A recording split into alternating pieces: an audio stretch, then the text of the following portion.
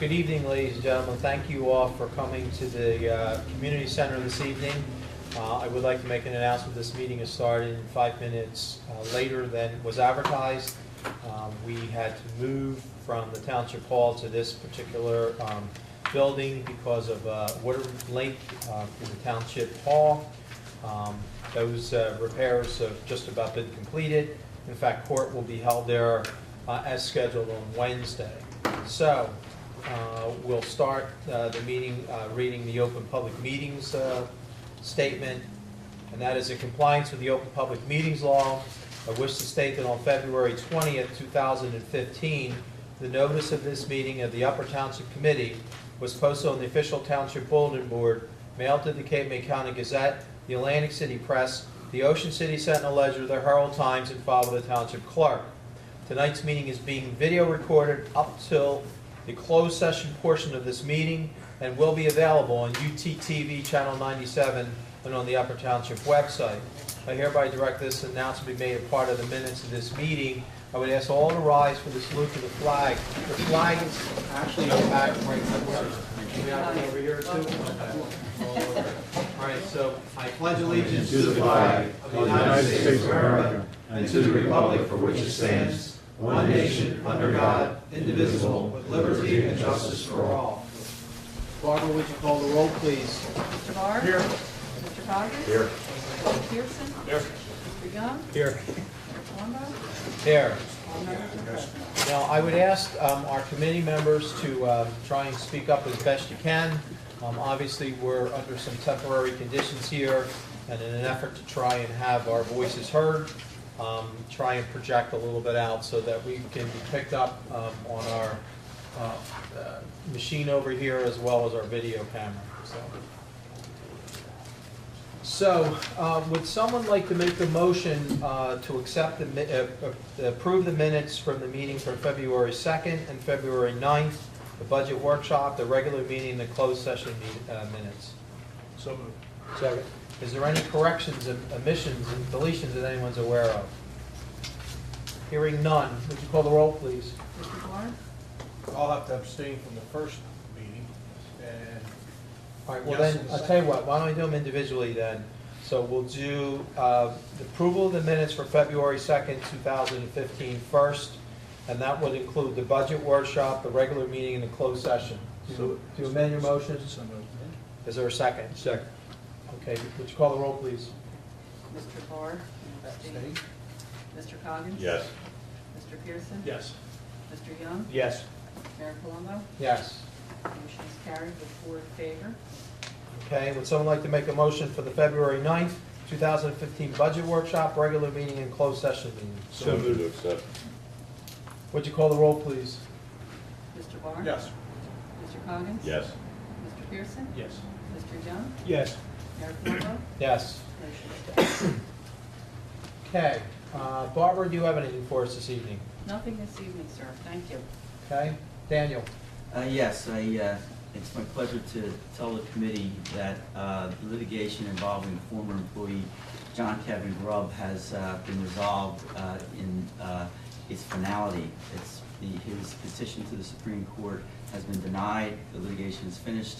At every level, it was resolved in favor of the township. At least a half a dozen court decisions in various aspects over almost 10 years have been in Upper Township's favor. There's no more appeals. It's resolved. It's finished. Okay. It's finally good to put that to rest. Other than that, I have 2 contract negotiation matters, closed session, and a safety and security matter. Okay. Mr. Dietrich? Thank you. The one item I have is the Butter Road railroad crossing. We've had a pre-construction meeting with the DOT, and that's scheduled for a closure. So there'll be a full detour for that crossing on March 17th and 18th at this point. So we've already contacted the schools. They're going to be looking at how they're going to detour the buses. We've put out notices to fire and rescue squad, EMS, so they're all aware of the closure details, and if any changes, we'll let everybody know. Okay. The next item I wanted to let everybody know, the farmer's market, the green team is moving along fairly well. They've kind of, moved, we had an invitation by the Trinity Methodist Church to, post it where we used to play soccer and challenger sports. So at this point, we're looking to start in late June with the farmer's market. They're having some additional planning meeting. Anybody interested in finding more information about that can look at the Farmers Market Association has set up a Facebook page, and they also have a link off the Green Team's web page. And just, because I had turned over a representative from Church in Marmora, have they contacted you yet? Mr. Yes. Brown? Who? Mr. Brown?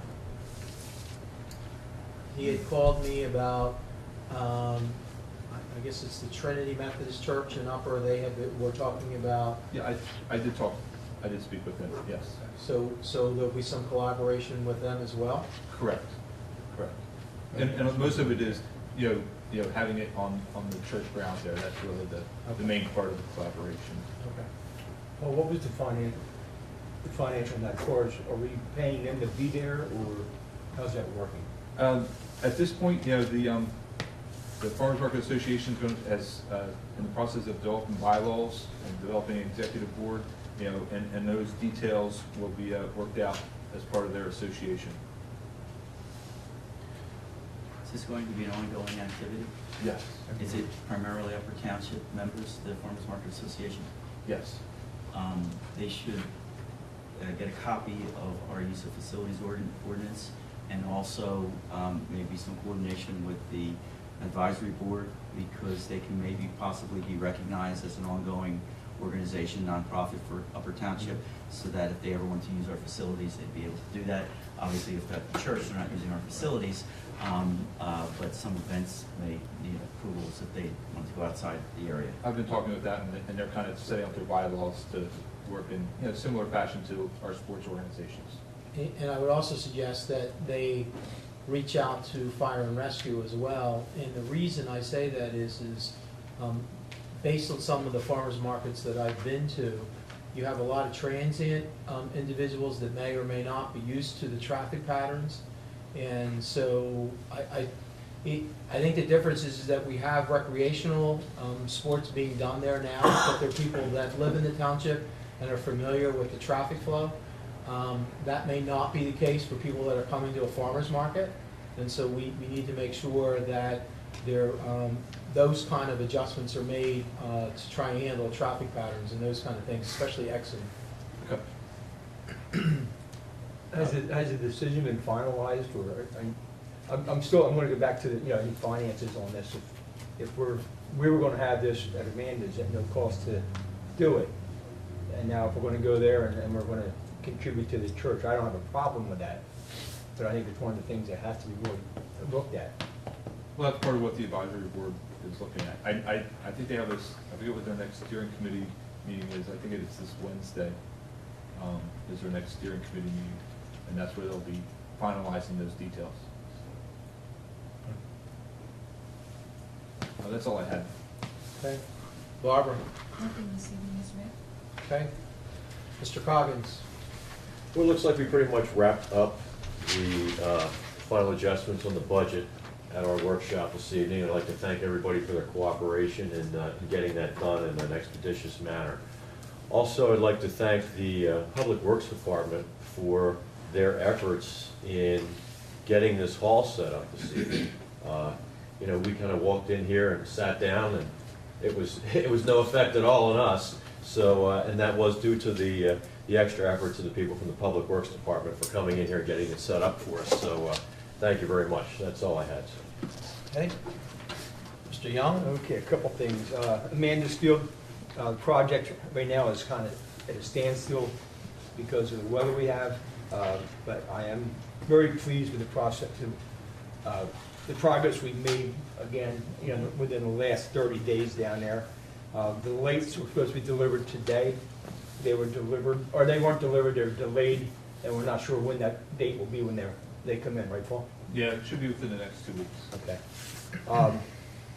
We're moving forward with our Easter egg hunt for March 29th from 1 to 4. That is also going to be a spring fling. That'll be at Amanda's Field on the football field. We're going to have vendors set up, a DJ there, pony rides again, the Easter Bunny, Cinderella. We'll have Cinderella's castle or carriage there for pictures, and we're hoping we have a good turnout. Right now, we're looking at probably having about 3,500 eggs in 4 or 5 different age groups. So we will be looking for volunteers somewhere down the road here to stuff Easter eggs. So yeah, I'll be in touch with you on that. The next meeting for the Easter egg hunt will be Tuesday night, 7 o'clock at Township Hall. And that is a steering committee we're putting together just for special events. So it gives us a pretty diverse cross-section of township people that are going to have input into it.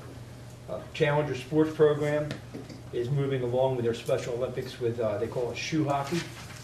And I'm very pleased that our inline hockey program has jumped on board and has offered to coach.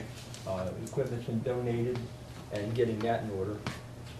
And then damage-wise, as Rich spoke earlier, we had water damage in the Township Hall. We also had frozen pipes at Amanda's Field refreshment stand. And we had a roof leak here due to ice backup and stuff.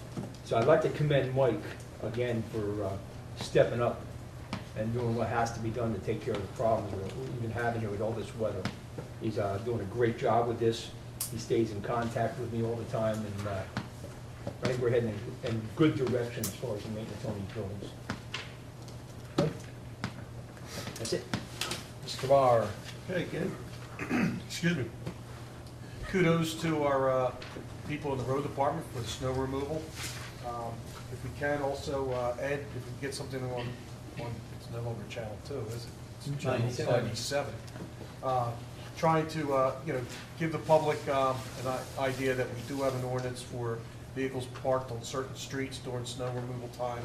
And also, it would be nice if we could get everybody, even though not all the streets are covered, but trying to get people in the habit of removing their vehicles off the roadway, parked in their driveway, and give our snow plows the easy access in and out of some of these streets so that they can clean them up a little bit better.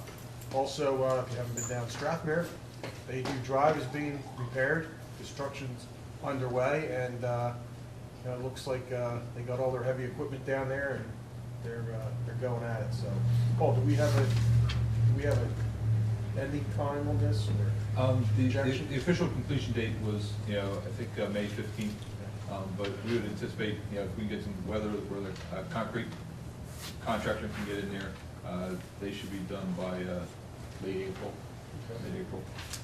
But it looks good. Looks like they got all their equipment in there, supplies. So hopefully, how much higher is it going to be? In area, in the 2 low areas, existing low areas, they're raising it about 1.5 feet. And also, with you, we had our floodplain management team first meeting the other night. Group of stakeholders from the community were there. A lot of good ideas being passed around. Very knowledgeable people in the community on what we're going to be able to do to help people that live in the floodplains, and getting the information out to them to hopefully help us with insurance down the road, and get the information out to individuals and homeowners as far as what they have to do to try to keep their premiums down. So I think we're on the right track, and Paul, thanks for chairing it, and I think it's going to be a positive for those that have need information for living in the floodplain. Other than that, that's all I have to report. Okay. Mr. Pearson. Good evening, gentlemen. I attended the GIF safety breakfast with several of the department heads, and it was a really good turnout for the breakfast. There were close to 300 people there from all agencies within their scope of venue from Atlantic and Cape May County. We received a $1,250 award to be used for this year in the safety program. One thing, and I sent a quick note out to everybody that Tom Heist, who is our JIF coordinator with our committee, and he works very hard. He's almost like one of the employees of our operation, and really good guy. He developed those 2 safety banners up here to the front of the room, and they're going to be used throughout the JIF program to push safety among employees. And because of his efforts in that way and his hard work with us, he was nominated by our committee for the 2015 Special Safety Recognition Award, and he received that at the breakfast. So I'm proposing that we should do a resolution at a future meeting to honor him and bring him in here and give him the resolution and present it to him. Is that a motion? That's a motion. Second? Okay. Would you call the roll, please? Mr. Barr? Yes. Mr. Conley? Yes. Mr. Pearson? Yes. Mr. Young? Yes. Mayor Palumbo? Yes. Motion is carried.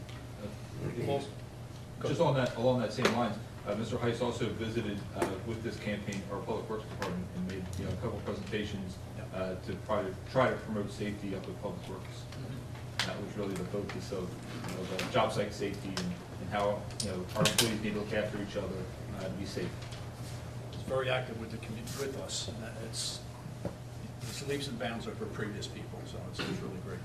Also, I'd recommend, based on the emphasis, and we've always been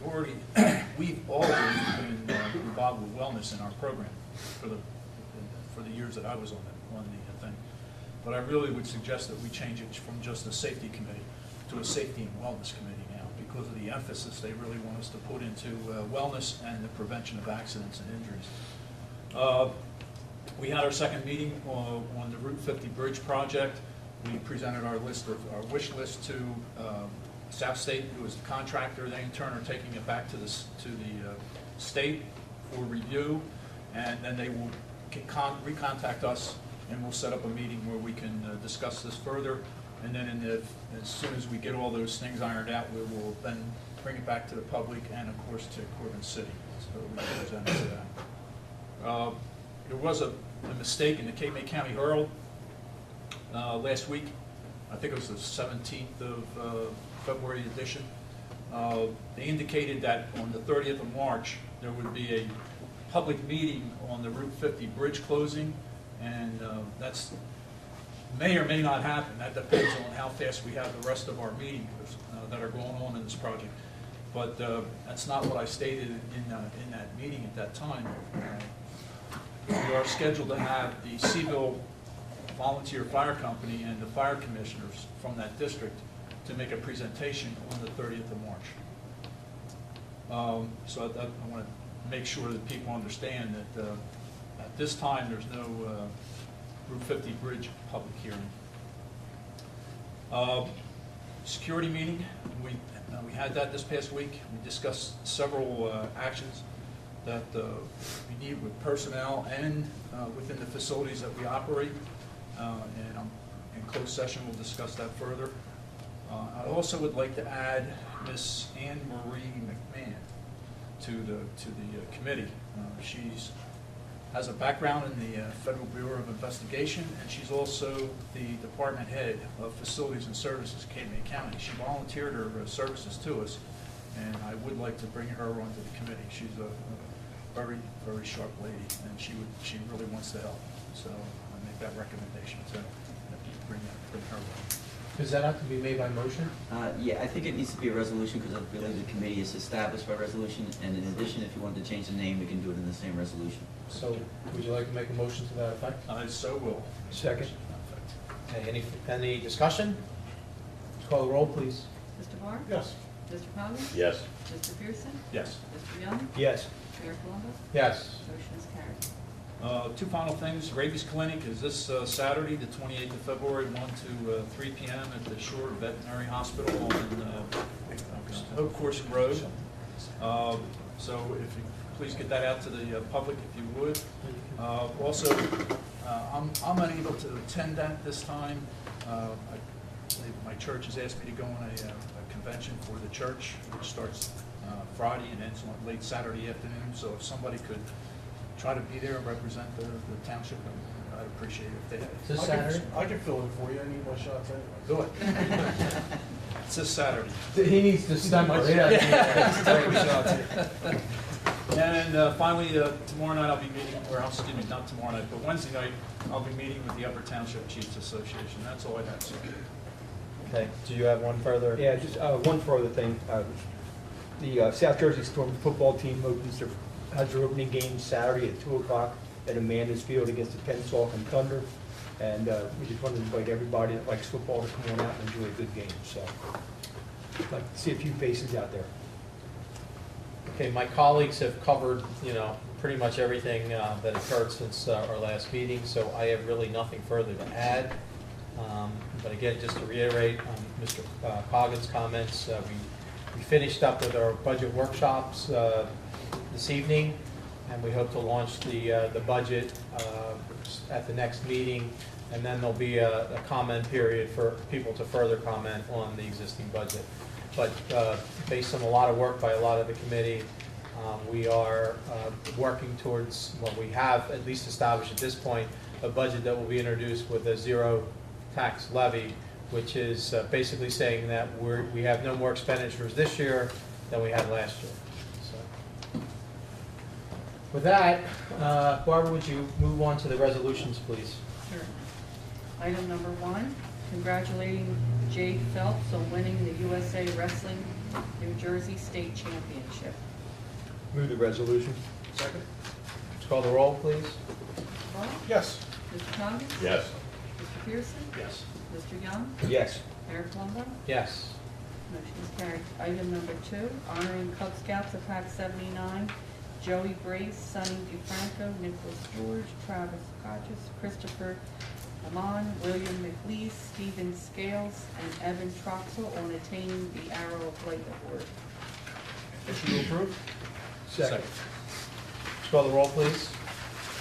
Mr. Barr? Yes. Mr. Coggins? Yes. Mr. Pearson? Yes. Mr. Young? Yes. Mayor Palumbo? Yes. Motion is carried. Item number 3, congratulating employee Janet McCarlson of the Upper Township Municipal Court on her winning entry in the Upper Township Safety Award Program for the first quarter of 2015. Move the resolution. Second. Let's call the roll, please. Mr. Barr? Yes. Mr. Coggins? Yes. Mr. Pearson? Yes. Mr. Young? Yes. Mayor Palumbo? Yes. Motion is carried. Item number 3, in support of the South Jersey Gas proposed natural gas pipeline to enhance reliability for electric and gas customers of the Cape May and Atlantic counties. Move the resolution? Second. Let's call the roll, please. Mr. Barr? Yes. Mr. Coggins? Yes. Mr. Pearson? Yes. Mr. Young? Yes. Mayor Palumbo? Yes. Motion is carried. Item number 5, appointment of Thomas G. Smith, Esquire, to act as special legal counsel regarding matters in which the regular township solicitor may have a conflict of interest. Move the resolution. Second. Let's call the roll, please. Mr. Barr? Yes. Mr. Coggins? Yes. Mr. Pearson? Yes. Mr. Young? Yes. Mayor Palumbo? Yes. Motion is carried. Item number 6, appointment of McManaman Scotland and Bowman LLC to act as special bond counsel to the Township of Upper with regards to capital improvement projects. Move the resolution? Second. Let's call the roll. Mr. Barr? Yes. Mr. Coggins? Yes. Mr. Pearson? Yes. Mr. Young? Yes. Mayor Palumbo? Yes. Motion is carried. Item number 7, under ordinances. Introduction and first reading of ordinance number 3, 2015, and ordinance authorizing the sale of lands for block 607, lots 7 and 8. And if you would so choose to introduce this ordinance, we could have a public hearing on March 30th. That would work out well. I'll move to introduce. Second. No. Okay, so just for the public's notice, this is the introduction of an ordinance. There'll be public comment that will be accepted, whether written up to that point, or it'll be an open public hearing on March the 30th. Let's call the roll, please. Mr. Barr? Yes. Mr. Coggins? Yes. Mr. Pearson? Yes. Mr. Young? Yes. Mayor Palumbo? Yes. Motion is carried. Item number 8, introduction and first reading of ordinance number 4, 2015, and ordinance adopting revised general ordinance, chapter 28, construction of bulkheads of the Code of Upper Township, and amending revised general ordinance, chapter 19, land subdivision, site plan, and land use administration, and chapter 20, which is zoning of the Code of Upper Township. Move to introduce. Second. Again, public comment will be accepted at the March 30th meeting. Yes, please. Can I ask one other request too? This is kind of a lengthy document. Is this something that we could put as an Adobe or some attachment on a website that people could look at? It should be posted as well. There's no reason it couldn't be posted on the website. That's what I'm talking about. It's going to be published in summary format, so we'll be able to see that too, so the summary notice can be posted as well. You know, I think since it's very voluminous, that, you know, it'd be nice if somebody could have the opportunity to read it if they, because it is, you know, adjusting, you know, some planning issues and zoning issues, so. Let's call the roll, please. Yes. Mr. Barr? Yes. Mr. Coggins? Yes. Mr. Pearson? Yes. Mr. Young? Yes. Mayor Plumba? Yes. Motion is carried. Just check the payment of bills. I hereby move that all claims submitted for payment at this meeting be approved and then incorporated into the full minutes of this meeting. Second. Let's call the roll, please. Mr. Barr? Yes. Mr. Coggins? Yes. Mr. Pearson? Yes. Mr. Young? Yes. Mayor Plumba? Yes. Motion is carried. There was only one report from the municipal departments today, that is the clerk's office. That will be available upon request tomorrow at the clerk's office, but I'd like to make a motion to accept that report. So moved. Second. Call the roll, please. Mr. Barr? Yes. Mr. Coggins? Yes. Mr. Pearson? Yes. Mr. Young? Yes. Mayor Plumba? Yes. Motion is carried. Okay, so we have now reached the public comment portion of the meeting. I would ask those that want to address the Township Committee to come forth, state your name, your address, and the point at which you'd like to discuss with the Township Committee. I would ask all to be courteous, and I would also ask all to refrain from being repetitive in any way, if that's possible, so that we can have an open discussion with those that would like to comment this evening. So who would like to come first? Yes. Natalie Neese, 759 Route 50 in Petersburg. I've been a Upper Township resident, taxpayer for 60-plus years, and I'm here tonight to voice my opposition to the proposed natural gas pipeline or the 24-inch diameter transmission line resolution. Whereas lines 7 and 8 note vulnerable to a disruption due to Mother Nature, excavator's mistake, terroristic act, and lines 11 and 12 note loss of service, significant impact on public health and safety, cause serious damage to the region's economy. To this point, I have not heard or read how Upper Township will protect property value, the residents, businesses along Highway 50 and County Road 631 in the case of the above noted possible disaster, including potential impact radius to exceed 300 feet. Furthermore, I did not see in this resolution County Road 631 noted. Is there a reason that County Road 631 is not noted in your resolution tonight? I'm looking at our engineer.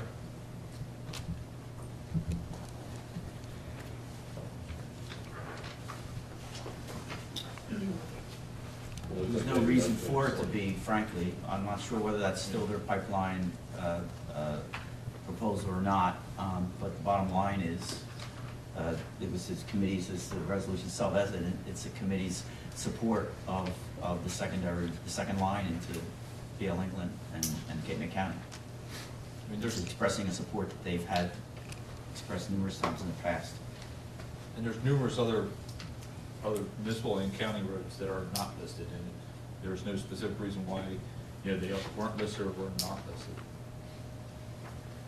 How many miles would it be going down 631 to where it turns to go over to BL England plant across I don't have that exact Private mileage. property. I'd have to look at the plans to get that exact mileage. Well, I would imagine that it's probably more miles than it is down Highway 50 through Upper Township or 49. I'm just surprised that it's not noted in here. And I mean, there's some note about high-tension wires.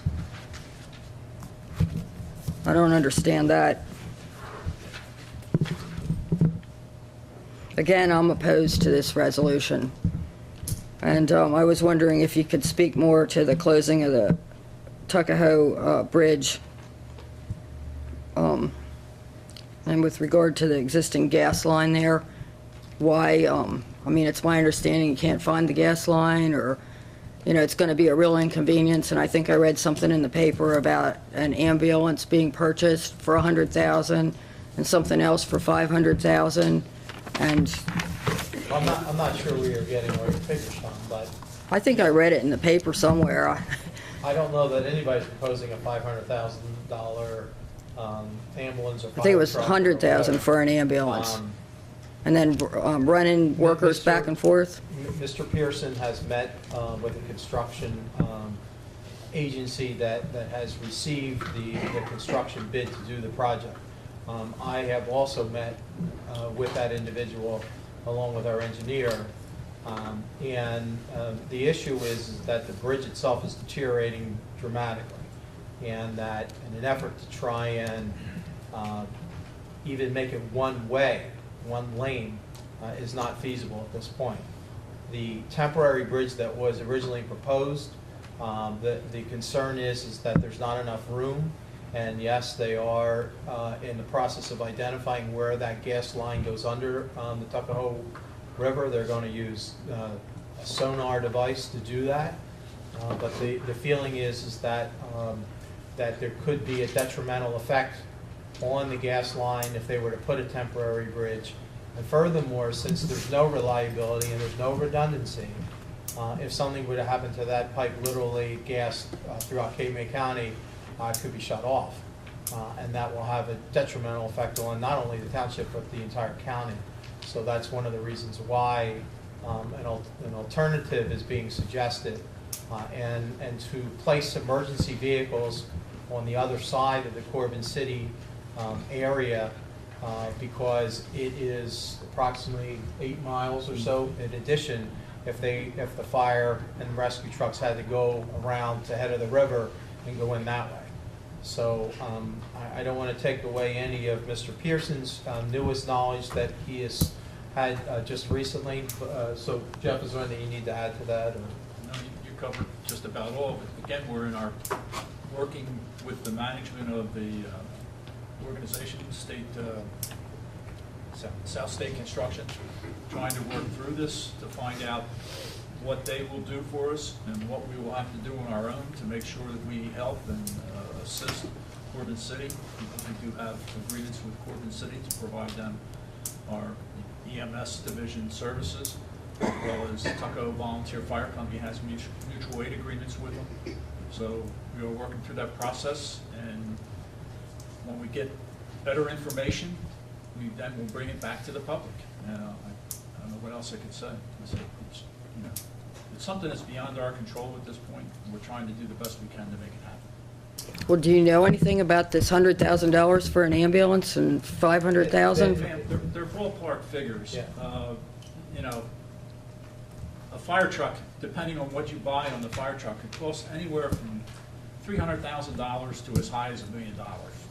Depends on what comes with the equipment and what you want to design that truck for. So that's a ballpark figure, okay? An ambulance could cost $50,000, it could cost $100,000, anywhere in those figures, based on what you need to provide to make that ambulance meet the state specifications. So there's not much control that we have over those kinds of things, and we're trying to, again, it may be a rental of vehicles, and it's not going to probably be at our cost. We're not looking at our cost here in the township. We're looking at South State buying those vehicles or leasing those vehicles for us. I mean, the proposal is to mitigate the fact that they can't build a temporary bridge. Yeah. And so both the construction officials as well as the state are looking at ways to not in any way jeopardize patient safety or the safety of the residents in Corbin City in the event of an emergency. But there isn't any cost to the township.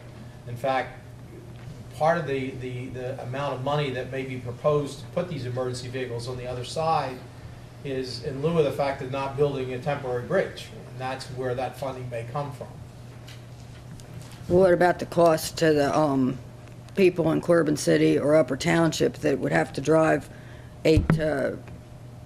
what'd you say, 7 or 8 miles? 8 miles. Each way, so what, 16 miles every day Well, over the line to go to work? Here's the thing. I'm not an engineer, but it's my understanding that that bridge has deteriorated dramatically. And so if something isn't done, it's going to be closed anyway. And the reality is we have an opportunity with a narrow window to try and have this bridge constructed in a 9-month, hopefully 9-month period, starting this coming September. And that's why a lot of this pre-work is being done, because it's no different than what happened in Beasley's Point Bridge. Those people that use that bridge all the time to go to Summers Point now make a roundabout to go out to the Parkway, and they would argue that now they travel further as well. But that bridge became deteriorated, and it did no good to anybody, and now it's not viable. And the same thing could hold true with that Route 50 bridge, and that's what we're trying to prepare and be ready for the fact that that may close for 9 months. Is there a gas line under the Beasley's Point Bridge? Not to my knowledge, I don't know that answer. So then it's not the same as the Tuckahoe Bridge? Well, it's the same, I didn't say it was, it's the same in the deterioration of the structure. The structure's deteriorated.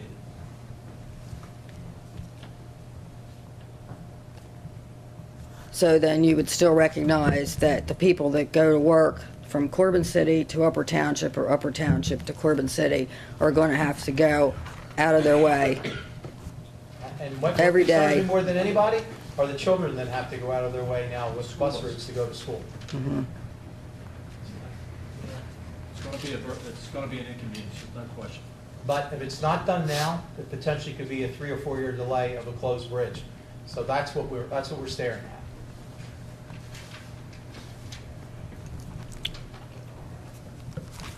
Okay, thank you. Thank you. Anyone else? Yes, sir.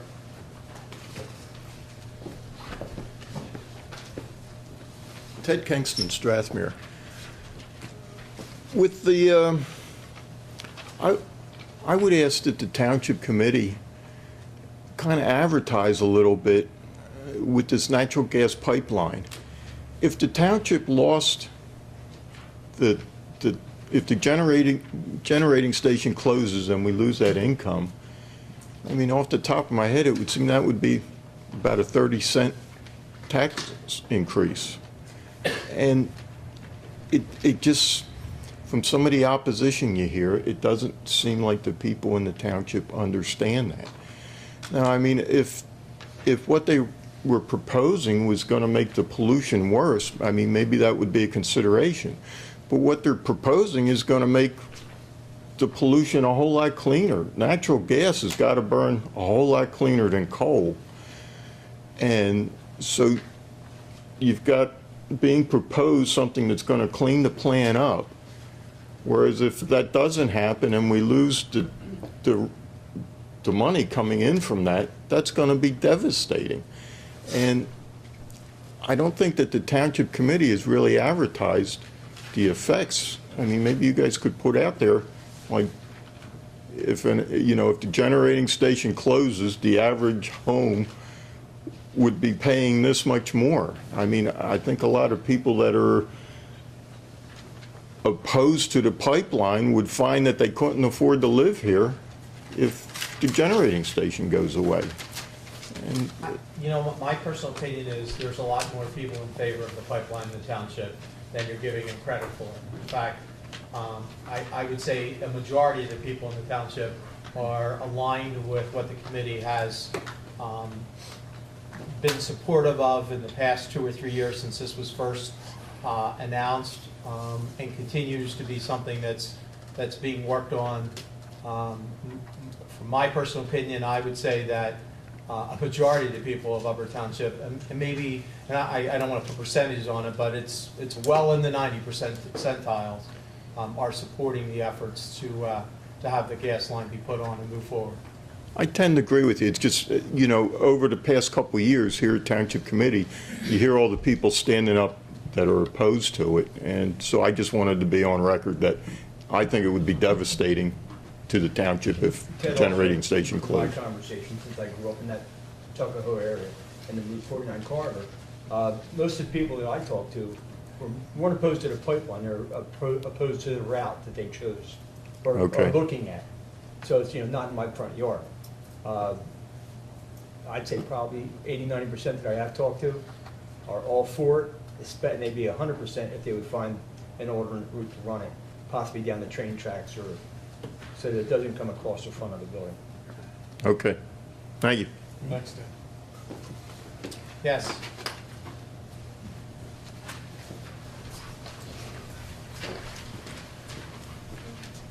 Good evening. My name is Georgina Shanley from the neighbouring community of Ocean City, and I'm very disappointed that you've passed this resolution, because resolution to allow the construction of the gas pipeline through this area. The Pinelands Commissioners voted against it because it goes against the comprehensive management plan of the Pinelands. And that states that if there's a change in infrastructure, if there's new infrastructure, it has to benefit only the people in the Pinelands. And it has to be, the application has to be submitted by a government agency. So what happened was South Jersey Gas had the BPU make the application. And I think there's a lot of erroneous information being given to the residents of Upper Township.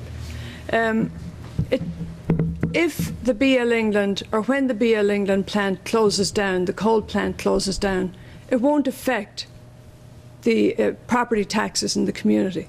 Well, you don't know that. It won't, well, you don't know that it will. Well, what I can tell you is that already the formula has been increased substantially. But it's nothing to And do. All it took was a budget vote that said that it changed the law. So I would argue that that's not the case. Well, I would argue that it is the case, and I can give you information if you wish to see the information. I'm well aware of the existing statutes that are there, and Right. it all works. And, we have 4 ex-governors, Brendan Byrne, Keane, Whitman, Florio, in opposition of this pipeline because it would compromise the integrity of the Pinelands plan and serve to encourage future development contrary to the vision of the plan. So, it wasn't too long ago that you passed a resolution to keep this stinking BL England coal plant alive, in spite of the New Jersey DEP wanting it to close, knowing that it has negative impact on the health of all of the residents, not only in this area, but in Ocean City and Somers Point as well. But you passed a resolution, just like the Cape May freeholders passed a resolution to keep this killer plant alive. And what we're seeing again is that the encouragement of a plant that is going to burn frack gas from the Marcellus Shale, and it emits ultrafine particles that are far more damaging to health than the mercury and other compounds that are produced by the coal plant. So I think it's a political move. I think if you really were concerned, and you're concerned about the children going to school and all that stuff, if you truly were concerned about the well-being of the community, you would not have passed this resolution tonight. And it's not about jobs.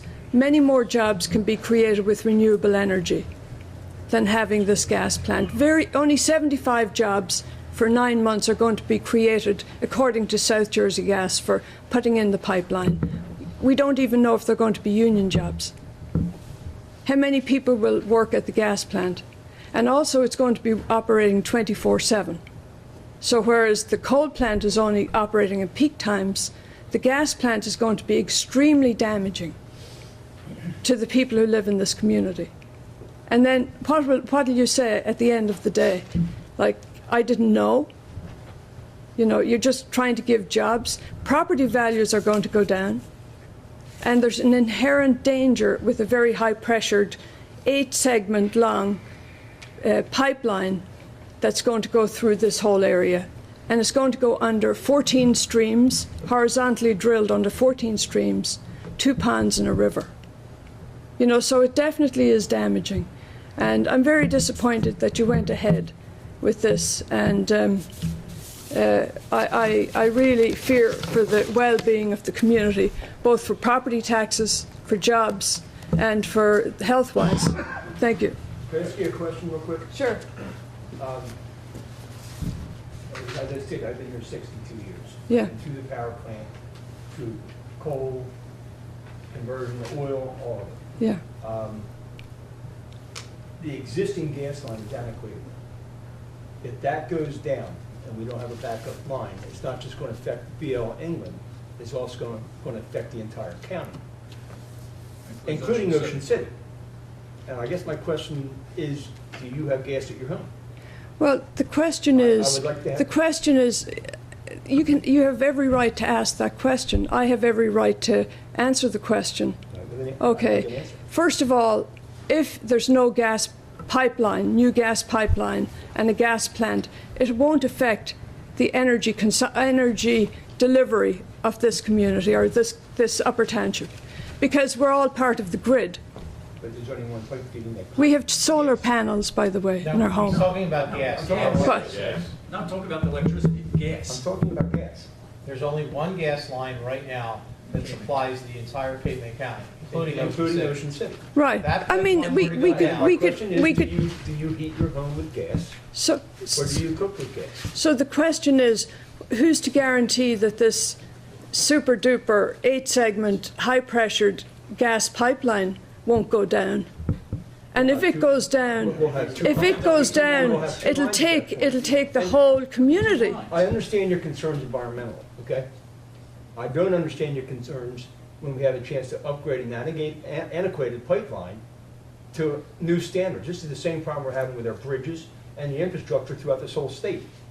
It's stagnated, nothing's been done, and we have a chance to make it better. And I There's- still would like my question answered. Yeah, Do well, you heat with gas and cook with gas? well, I refuse to answer that question. I thought so. Yeah. Thank you. I Right. don't have gas Yeah. because there's not enough pressure. And I would Right. like to have gas because I've had about Right. 500 I miles a think, month. I think you're going from the frying pan into the fire with this, and it's extreme. I Look think at, you're skirting the real- what about your credibility with passing a resolution to keep the plant open? I have no problem. Right. No, to keep the BL England plant open in spite of the fact that it's killing people. Excuse me, you have answered It's my killing question. people. How many people have died that you know of from that plant? Well, we have a physician here, my husband here, who can give you statistics about How many people died? reports. Yeah, exactly. I guess, again, I'd like to see that.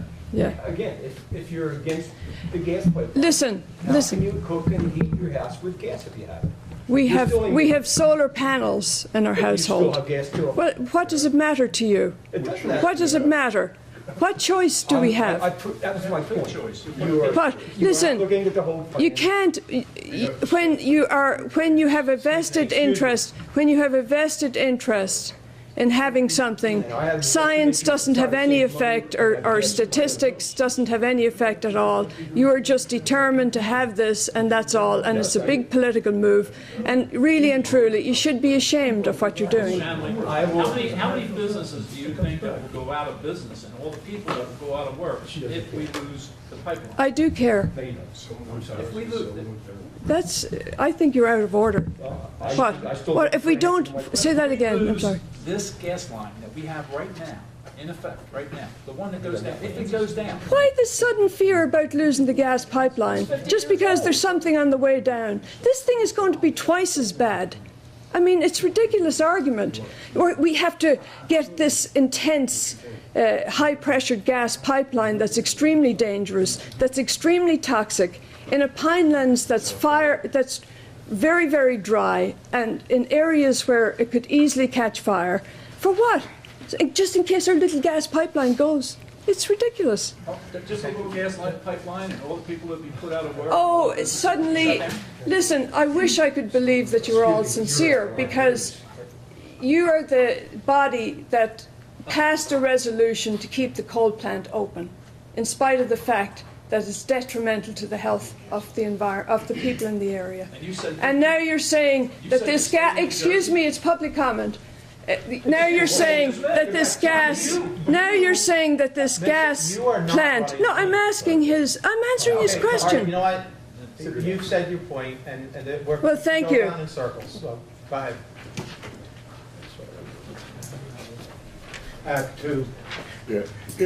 I'm Dr. Fenichel. I did send you information on an article called The Toll from Coal, which talked about Ocean City being 14th in the nation.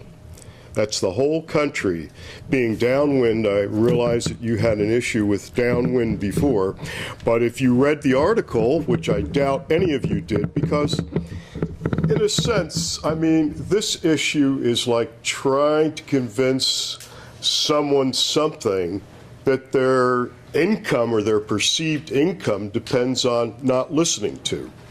The toll from coal said that Ocean City is 14th in the United States of America with mortality and morbidity due to the emissions from BL England.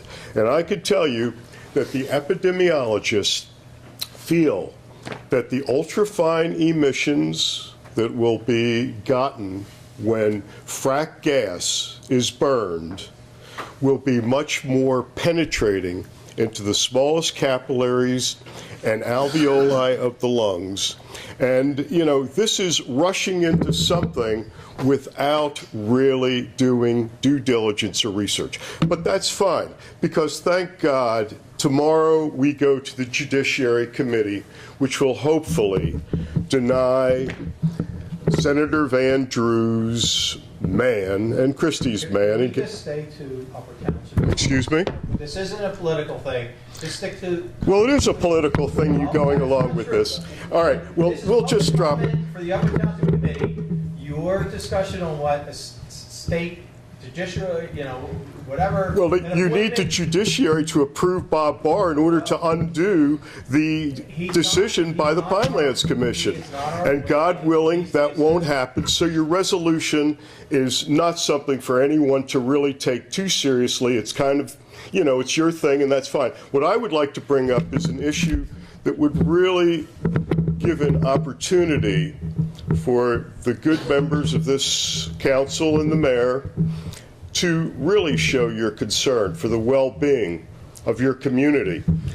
And that is a resolution to protect your community from drone surveillance and from drones fly. What's the matter, Mr. What's the matter? You're very expressive.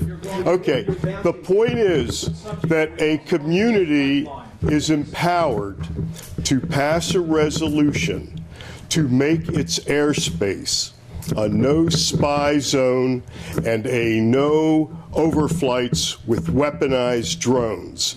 And that would be the most sincere evidence of really caring. Because last night was a great night for America. I mean, Edward Snowden's interview called Citizen 4 won the best documentary in the Oscar Awards. And Edward Snowden has tried to warn Americans that surveillance is going to shred our First Amendment protection rights.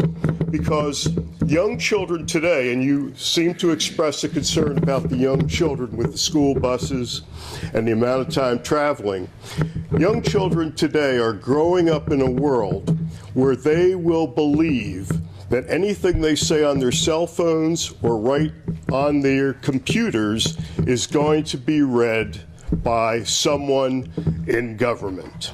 And what does that do as far as the concept of free speech goes? It destroys any concept of free speech.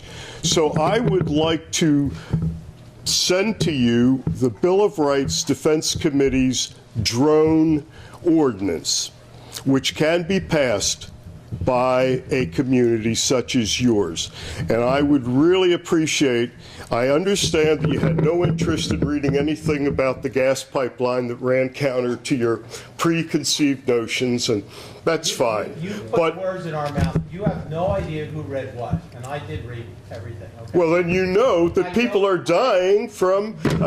You are so lopsided with your one... What did you read, Mr. Mayor? we're wasting our time here. Well, I don't, You want to send us your drone thing, that's fine. well, would you possibly see that there be a discussion about the possibility of a ordinance being discussed before your council, discussing the right of your citizens to be secure? But you don't even live in the township, and no other citizen of Upper. But it's a good start to begin somewhere, because Ocean City's going to have the same discussion before it, and we're all Americans, and I care about the First Amendment rights of you, Mayor Palumbo, as much as I care about the First Amendment rights of myself. Because when you lose yours, I lose mine, and we all lose. And this is an opportunity, because Cape May County freeholders said they don't have the power to do a ordinance. Only communities do. I challenged the Cape May County freeholders to pass a resolution, and they didn't have that sincere concern about drone surveillance on county citizens or overflights by weaponized drones, so they did not do it. But if they passed that resolution, it would go before the State House. The state legislative bodies would have that to discuss. For you, in this county, maybe you're Let's wrap it up, because you're okay. giving us a Well, I will definitely send it, and I would really appreciate if all members of the committee might look at it. I mean, does protection from drone surveillance matter to elected officials here? How do you feel about the Second Amendment? What's that? How do you feel about the Second Amendment? Well, I feel it's there, and I feel that the Second Amendment is a right to bear arms to protect yourself from a government that's become tyrannical. And I think that when they have drone surveillance, we might well, huh? Do you support the Second Amendment? Well, there's many. I mean, do you support? I support the citizens having the right to protect themselves from a tyrannical government. And I don't know if you, as a member of this committee, can see where we're getting into a situation where we are confronted by a government that wants to surveil us, to fly weapons over our heads, to take, you know, iris prints for our eyes. Do you support the Second Amendment? Well, I would like to see that we don't need to get guns, but we begin to work back a government that's becoming tyrannical. You're already getting your guns for what? I support To the shoot entire citizens Bill like me?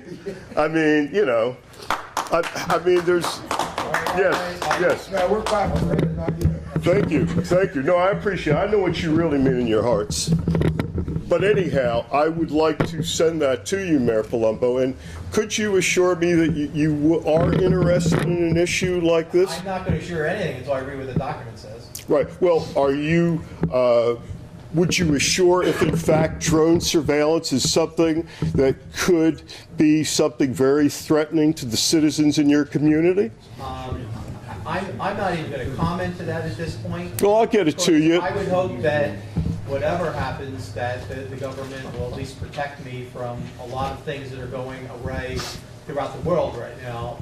And if it's a way of curtailing terrorist acts and those kind of things, I'm not so sure that I'm opposed to it personally. Well, who are the terrorists if we're taken to war by a lying We could go government? on for the rest of the evening on this, but we don't need I mean, to. Send me the thing and we'll move on, all right? Well, I look forward to it. I really don't believe that there was much attention to the information given to you about the frack gas and stuff. Then why are you wasting your time sending me the other information? Well, I'm hoping that it's not, but I mean, you represent your constituents. If you continue with that conversation, I won't read anything you send me. Well, you make it seem like you really give a damn about the representation of your community. And I'm from the show me state, you know, I hope you can prove it to me, because thus far. Is that the show me state, Missouri? Huh? Missouri. Yeah, right. I read enough to know what the show me state is. So. Well, that's good. But read something that's relevant to your community and the well-being of your community, and then I'll be very impressed. Thank you. Please. Some interest too. Let it go. There's a song. No, Natalie, there's other people that have comments here, okay? We've already wasted enough time. Come on, you got Robert. No, I can just stand up. What is the difference? Robert, come up here and say your name and address. Bob Young. I've lived here a couple years. What's the difference between fracked natural gas and natural gas? Nothing. They're the same. Okay, then why do we say fracked natural gas? all the time? Because fracked is the what we're getting. You answered my question. We're That's all I want to know. fracking. Thank you. Thank you very much. Natural gas sounds like Breyer's ice Thank cream. you. Thank you. That's ours. Come on.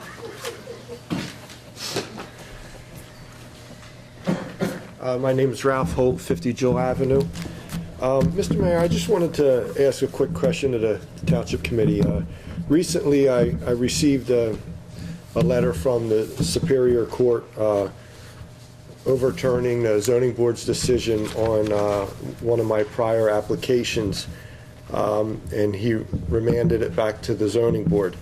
After I received that letter, I called Shelley Lee up and asked her if I could be put on the agenda so they could finish my application. She told me that I had to re-notify the neighbors. Re-notify the neighbors. I had to put more money in the escrow, and I had to make more applications for the board members. And I said, what do you mean about putting more money in escrow? She said there was only $150 in there. And I said, where was that money, why was money being drawn from that? She says, oh, that's for, Paul Dietrich and D. Marcolongo to review. And I said, well, first of all, there was no engineer work being done to my application, so I don't know why Paul Dietrich would have any intake on that. And second of all, the application was never completed, so therefore, I don't know why there was money that was being drawn out of the account. Then I received, 2 days later, I received a letter from Mr. Marcolongo, basically stating the same thing, that I had to re-notify the neighbors and make the copies all over again and put more money back in escrow. And he wants me to notify him so he can let me know how much money I have to put in and what I need to do as far as re-notifying the neighbors. I'm just asking the board here if there's any way that you can waive this, because I feel that, the 4 days that I went to Superior Court, I have to shut down my business for me and my wife to go down there. I mean, this was something that was overturned. Basically, I just want my application to be finished out and heard, and I don't feel that I have to put out any more money to re-notify the neighbors. I already notified them once. I made the 16 applications. I don't know why they wouldn't have anything on hand and the same thing.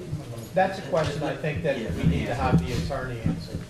First, Ralph, I haven't seen the letters from Shelley or Mr. Marcolongo.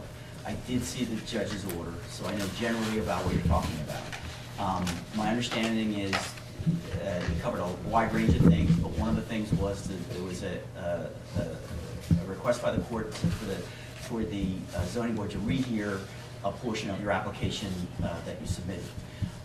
With respect to the notifications, I'm assuming there's variances involved in that application, and under state law, when a variance is involved, you have to notify, and that's the applicant's duty, both under state law and local ordinance. Unfortunately, the Township Committee doesn't have the ability to tell you you don't have to do that.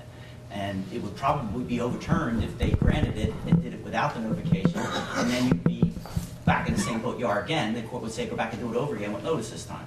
So that's probably why you have to notice. But I did notify the neighbors. No, but they need to know about the current hearing. Let's say it's next March, it's sometime in March, and they need to know, neighbors within 200 feet, when that hearing is and when you're listed on an agenda.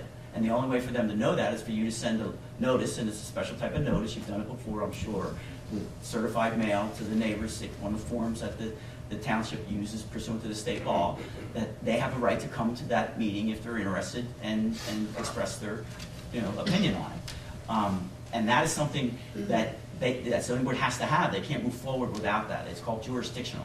They can't even hear the case without it. and Nope. it's state law. What about the applications in escrow? The applications, I don't know about the copies, I don't know anything about I mean, that. they're- Generally speaking, you can't have an application without, and our ordinance requires X number of copies, okay? And the second thing is the escrow fees. Again, that is pursuant to ordinance, the township committee can't waive it. If you have a question on prior use of the escrow monies, that is all public record. You should have gotten bills. Never. Then you should go into, and I don't know why Shelley's handling this, because my understanding. Yeah, and that's what she said, and that's what she said. It should be Mr. Dietrich, because he was appointed years ago, in your instance, because of the relatives within 200 feet, to be the acting zoning officer. I would suggest you speak to Mr. Dietrich. They can, and it may be an Oprah request, you fill out a form, say I'd like a copy of all disbursements from my escrow, all bills from my escrow, and you'll be able to see what was billed. And there is actually an administrative procedure. If you don't agree with it, you can appeal back for bills to escrow. Is that something he could bring back to the township committee? No, well, I'm not sure where the appeal lies. I believe it may lie administratively. I'd have to look it up. Maybe Department of Community Affairs or something to that effect. But you can get that information. You can find out. And usually, there's two things you're going to ask for. You're going to ask for the billing records, what was paid out of your account, which is the account records. And then secondly, the paperwork involved in that, the invoices submitted either by the township, presumed for Mr. Dietrich, or by Mr. Mark Longo. And you'll be able to see all that. Well, And you can't, they don't have the power. well, I mean, I'm not asking that, but I don't feel that I should have to pull any more money out of my pocket for the zoning board's mistake. But you can't tell me, the last time that I had to go up in front of the board, I not only had to give them 16 copies of the application, I had to give them 16 copies of all my different resolutions. I spent close to $500 just on that paperwork, and you're telling me that Marco Longo's letter, that they don't have any copies of that? That's bullshit. I haven't read this, and I... Keep it. Read it. Um, And it's the same thing with no money in escrow. What was he drawing from? I mean, every time I go down to Superior Court, he's billing you guys. Yous are paying him for that. He shouldn't be drawing from my account for that, which I don't know what he's doing, but the application was never completed, so I don't know why the money's not in escrow. And if you ask, it's just like if I go to Dietrich, he ain't going to make it smooth for me. He's going to tell me, oh, you got to do all this certain, all I want to know, I want to get back into the zoning board, and I want to hear the application, let the zoning board make the decision and move forward. That's all that I want to do. I suggest none of these items that you raised were addressed specifically in the judge's order, okay? If you feel that it's only fair that that should happen, you could always petition the court for reconsideration of those issues and ask the court the same questions you're asking the township committee. The township committee, my reading of the ordinance and state laws, they don't have the authority to waive those escrow requirements.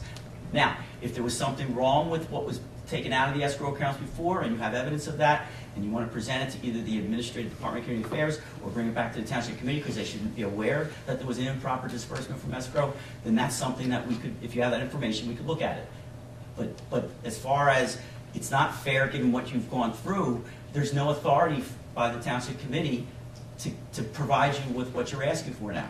The judge could do it. The judge could say, given what's happened, he shouldn't have to pay any escrow fees. He could do that, but he didn't do it in his order. He didn't. So, but what you're saying, I can actually go back to the judge and ask for that? You can ask him. I don't know how successful. I know nothing about your litigation, so I don't know how. But my thing is, why wouldn't they have any copies of all those resolutions or those applications? So why should I have to? How many copies she has? But generally speaking, there's at least 9+ professionals on a zoning board that have to get copies. When a matter is completed, they don't keep 16 copies in their files. But it was never completed. So why were they discarded? When the hearing is over, they discard the extra copies, and they're disposed of. There's only 1 or 2 possibly in the file at any given time, so there's not enough there to do it. So it should be. They should have something on file where, then, if the township committee doesn't have the authority to do it, then why doesn't the zoning board or Mr. Marco Longo or says the applicant on an application is to provide the copies, and that's the law. But they were also wrong on their situation. That's so what why? I said. If you feel that, given your entire case, that that's what should happen, that should be addressed by the court. So then I have to go back to Superior That's up to Court. you. I'm just telling you that the. I just want to get the application completed, but I don't feel that I should have to pull any more money out of my pocket for this I stuff. understand your concern, but this body doesn't have the authority to give you the relief you're asking for. So basically, go back to Superior Court is what you're telling me. Or provide the I extra would also copies in the suggest, escrow. though, that you get a list of the expenditures, because I think you certainly are entitled to that. It's not a thing, you are entitled to that. Yes. And I would ask, Mr. Dietrich to cooperate with you, and I'm sure he will, to make sure that those expenditures and allotments are given to you, so that there's some understanding of that. And it may be something that you can go forth with to call the judge or whatever, that you'll have the documentation as to the expenditures, and that might help your argument as well. Okay, thank you.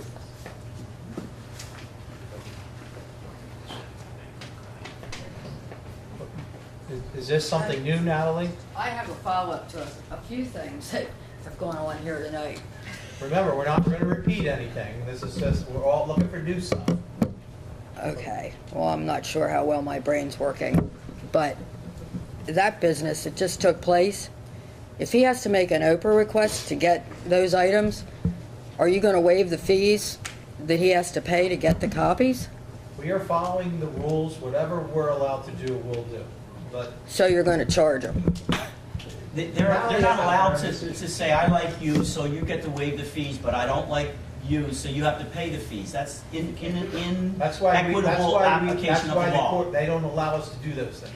Okay. So that there's no likelihood that someone could and somehow insinuate that a friend gets taken care of better than somebody else. We're not allowed to do it. That's the problem.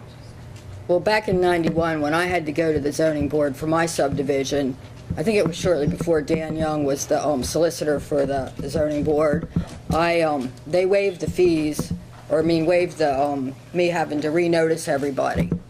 They can do that if they make a notice at the first hearing that it's going to be reheard on such and such a date. In other words, if you go in February, you did all your notices, and they say, you know what, you have to come back in April, and if they make an announcement at the February meeting that this will be reheard on April 15th, whatever, no notice is done. It's my understanding from Mr. Holt's situation that was in litigation for years, and no one knew what was going to happen, and the judge said you have to have a new hearing. Under state law, you have to have new notices. Well, I don't think they did in my case, and Then it was a mistake. I'm sure there were a lot of mistakes. I'm pretty sure. Thank Yeah. you for saying it was before my time. Well, I was here during your application, so. I'm sorry? I was here during your application. I was a zoning official at that time, in '91. And, I'm pretty sure that what happened was we didn't finish the application, and they tabled, or they waived any necessity for you to be noticed because it wasn't finished. Towing the time and notices. It's the only time in 20 years of doing zoning work that I've heard. I've seen that happen many times, but never say to you that that you don't have to notice, or you have to notice at that point. But You don't have the power to do that. wow. How in the world did the zoning board ever put through a subdivision on my property without even noticing me or letting me know that they were, even inquiring, that supersedes my subdivision? I'm not sure What is your, yeah. No, I just wanted, Dan Young knows all about We're talking that. 91 first. Now, where are we at? What was that last question? It wasn't a question. There's another It's a subdivision. different subdivision. And Natalie had been here, and forgive me, I don't remember the specifics of it, but I do know that you had concerns about the manner in which a subdivision. It was done with no notices whatsoever. I understand. Shelley It's a wasn't even different aware of matter. it. It was not related to the Holtz. It's not. No, but I'm saying, it was your property. Well, I guess it comes down to who you like and who you don't like. That's what it sounds like to It me. was what had happened after she had completed her subdivision and filed the subdivision map. Her surveyor found an error on the plat, and so he wanted to submit a corrected plat so that the correct survey information of where the property existed on the ground was filed properly in the county clerk's office. So he submitted a corrected plat, same subdivision, same parcels, just correcting some of the outbound information, to the board, but in order for it to be filed in the county clerk's office, it needed the township's signatures on the corrected plat, and that's what was filed after the original plat was filed. It was a corrected plat, it was not a re-subdivision, there was no additional hearing was required because it was a corrected plat by Ms. Neese's surveyor. That clarifies it. Thank you. Well, I'm not sure what it clarifies, but it does clarify that my property was taken without me ever being noticed, okay? And it was signed by people in this township, because I was never noticed.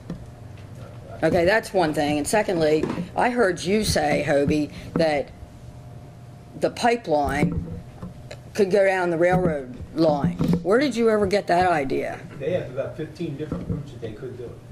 Well, can I get a copy of that? Because I own part of that property that railroad line goes across. What I was told is that there are alternate routes, and talking to the people in Tuckahoe on Mill Road, that was their concern. It could be rerouted, they'd be all for it. Okay, well, again, my property, the railroad line goes across. So if they're looking at that, I'd like to know about it. I don't think it would come down the train tracks that way. I think through Tuckahoe, and then it would be taken down Tuckahoe Road. Okay, and Mr. Pearson, how many people do you think are going to hook up to that 24-inch transmission line for gas? Nobody. They won't What's the purpose of that transmission line? transmit natural gas in a large volume to the plant, For what? to run the electric plant. Right. Power plant. Right. But it Well, there's a also lot of is gonna misinformation out there that you're Also, making they're people also think that doing they a can loop hook up off of to there gas. to serve as a loop for reliable backup system to what exists currently. Okay, well, if you already have the problem with the bridge in Tuckahoe, can you ask them to shut off the gas? So you can put a temporary bridge there, or figure out what's going? So what are the homes in Cayman County gonna do without, they're not gonna be able to cook, they're not gonna have any heat? The homes and businesses now. How can we do that? Every home and business that has gas. Including Ocean City. We're That's talking a, about- that's an interesting concept, It okay? is interesting. Yeah, it really is. But again, Because the other thing is, since you've been bringing this gas line in here, I haven't been able to get kerosene deliveries to my house. I don't know what that has to do with. I know you don't. But I heat with kerosene, and I have 275-gallon tanks, and I can't get a truck to come to my house anymore.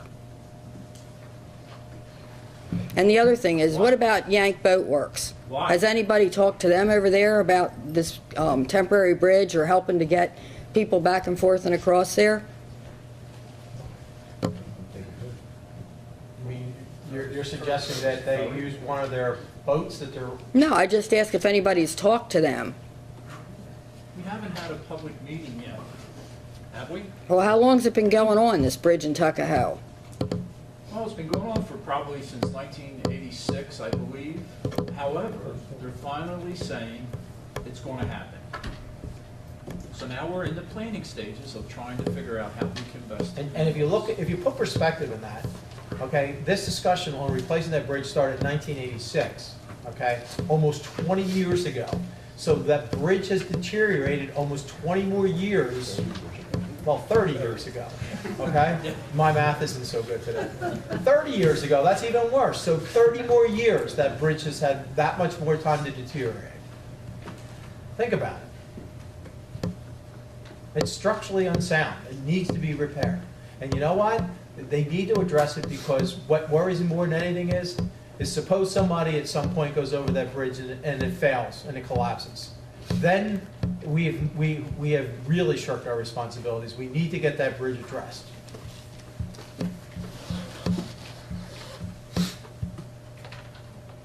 Upper Township does. Oh, it's a state road. The state has to it's address not our bridge, but it certainly affects the lives on both sides, both Upper and Corbin City. So any elderly person that's going to have to go to the hospital is going to have to go at least 8 miles out of the way, too, to get around that bridge. Not necessarily so. I think Mr. Potter could address that situation. Mr. Potter.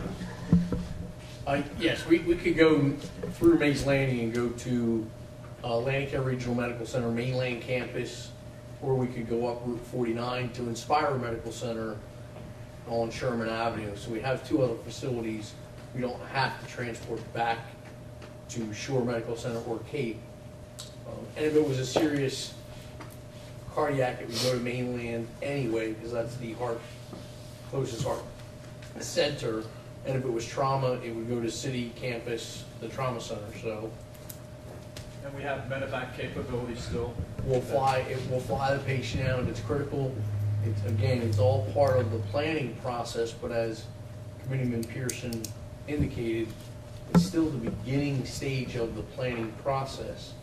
We got notified that we're not getting a temporary bridge. We've been down this road before. You think back about the Strathmere Bridge. The county came in and lowered the weight limit on the Strathmere Bridge because it was unsafe. That blocked fire apparatus from going from Ocean City into Strathmere. Correct.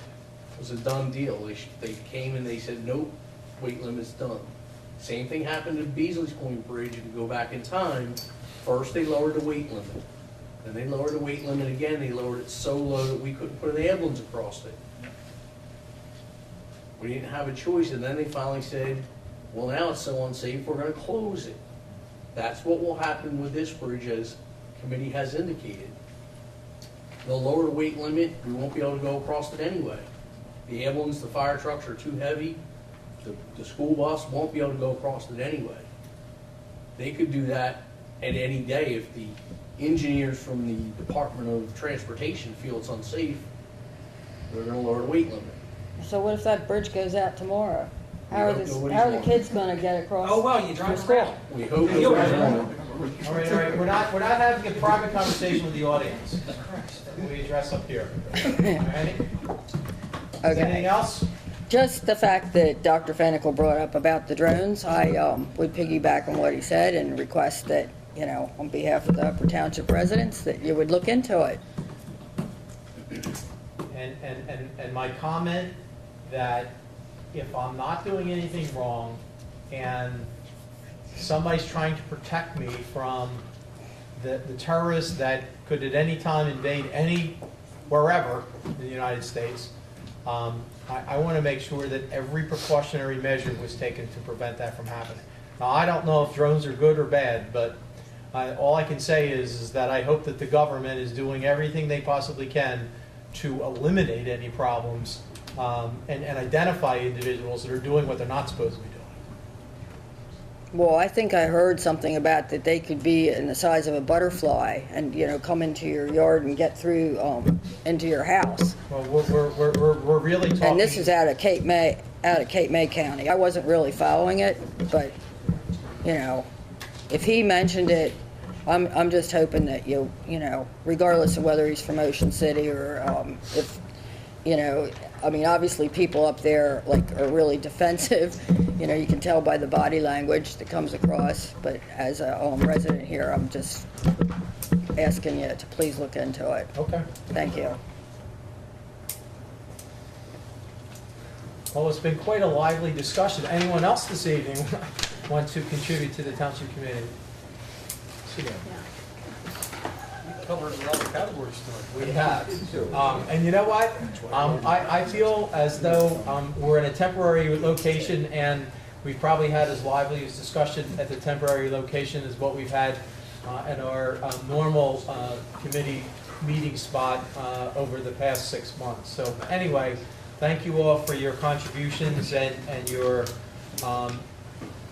ability to contribute to the Township Committee. We appreciate that. Since there's no further public comment, I'm going to turn to Mr. Coggins for a motion to go into executive session. I hereby move that a resolution be incorporated into the minutes authorizing the Township Committee to enter into an executive session for the following matters pursuant to the Open Public Meetings Act. Contract negotiation for the engineer, for shared services with Cape May County for heavy equipment, and also for safety and security. I also include in my motion the estimated time and circumstances under which the discussion conducted in closed session can be disclosed to the public as follows. It is anticipated that the matters discussed in closed session may be disclosed to the public upon the determination of the Township Committee that the public interest will no longer be served by such confidentiality. With respect to contract negotiations, such matters will be made public when negotiations have ceased and there is no longer a reason for confidentiality. Second. Would you call the roll, please? Mr. Barnes? Yes. Mr. Pockett? Yes. Mr. Pearson? Yes. Mr. Young? Yes. Mayor Palumbo? Yes. Motion is carried.